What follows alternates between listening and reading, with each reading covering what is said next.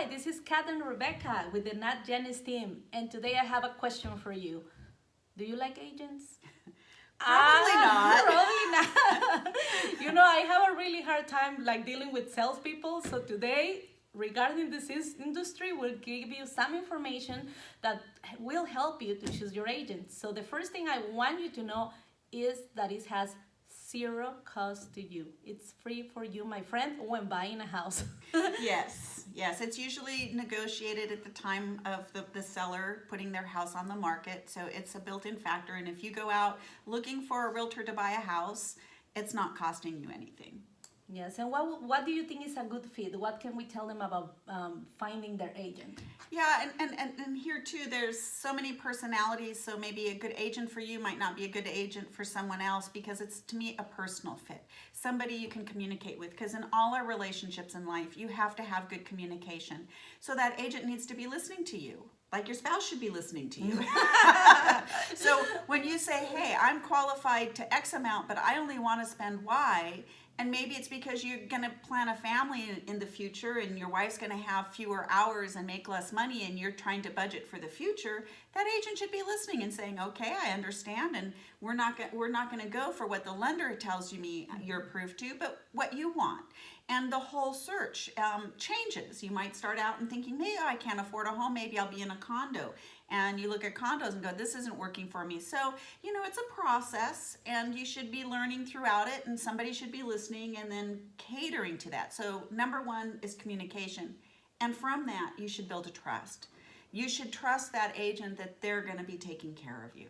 Yeah, we want you to stay in the house you get for a long time, or at least as long as you want.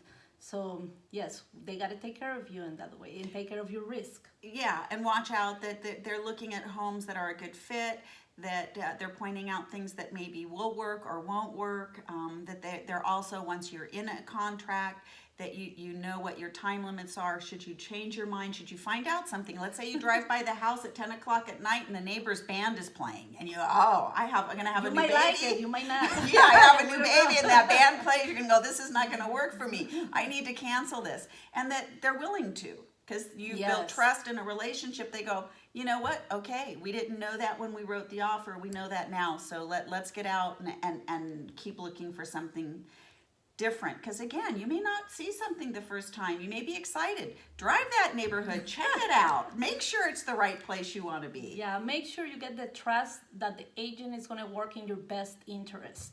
Absolutely. Yeah. Absolutely, yeah. So what do you think, Rebecca, is the difference between working with a team or working with an individual? Well, an individual agent is pretty straightforward. They could be a broker or an agent working for a broker, but you're going to have that person work with you from beginning to end. And there's no surprises. On a team, it's a little different. Now, Kat and I, we have our team and we have our support behind us.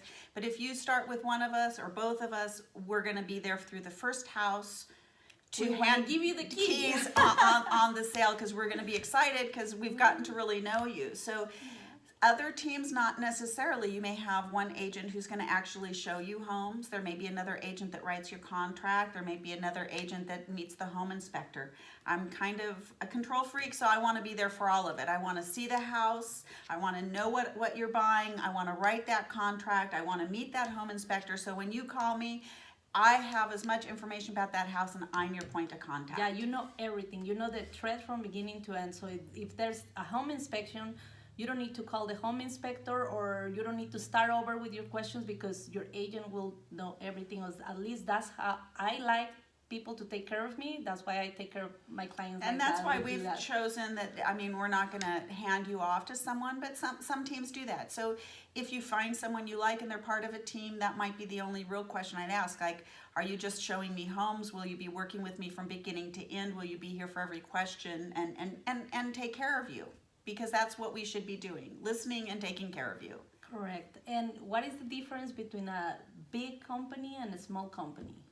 Probably not so important for you as the individual purchaser, because again, if you have that good relationship with that agent that you've chosen, they need to have a good relationship with who they're working with, or who their team or who their broker is, and that they can get access to that information. It really won't affect you in the transaction at all it really affects us and how we work and access to the people we need.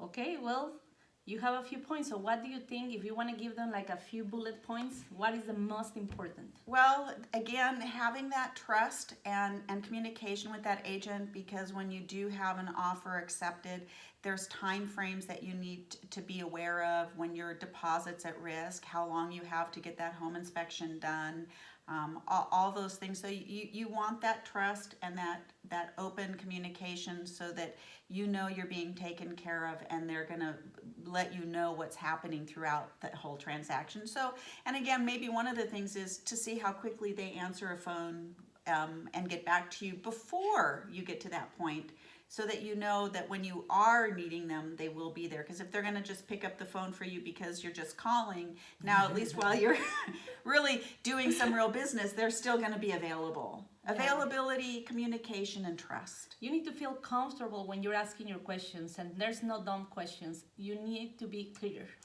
Yeah, I mean, if I did your job, I'd have a lot of questions too. We do this all the time, so you should feel your questions are being answered and that you're feeling confident about what you're doing. And if you don't like people asking you questions, don't get me as a client, because I ask a lot of questions.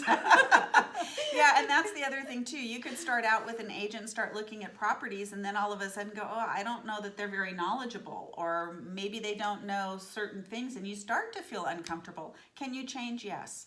The only time you can't change your agents once you have that accepted offer, because they've signed the contract and they're part of that transaction. So at any point through searching for a home, feel free that if you're not feeling comfortable, it's a good time.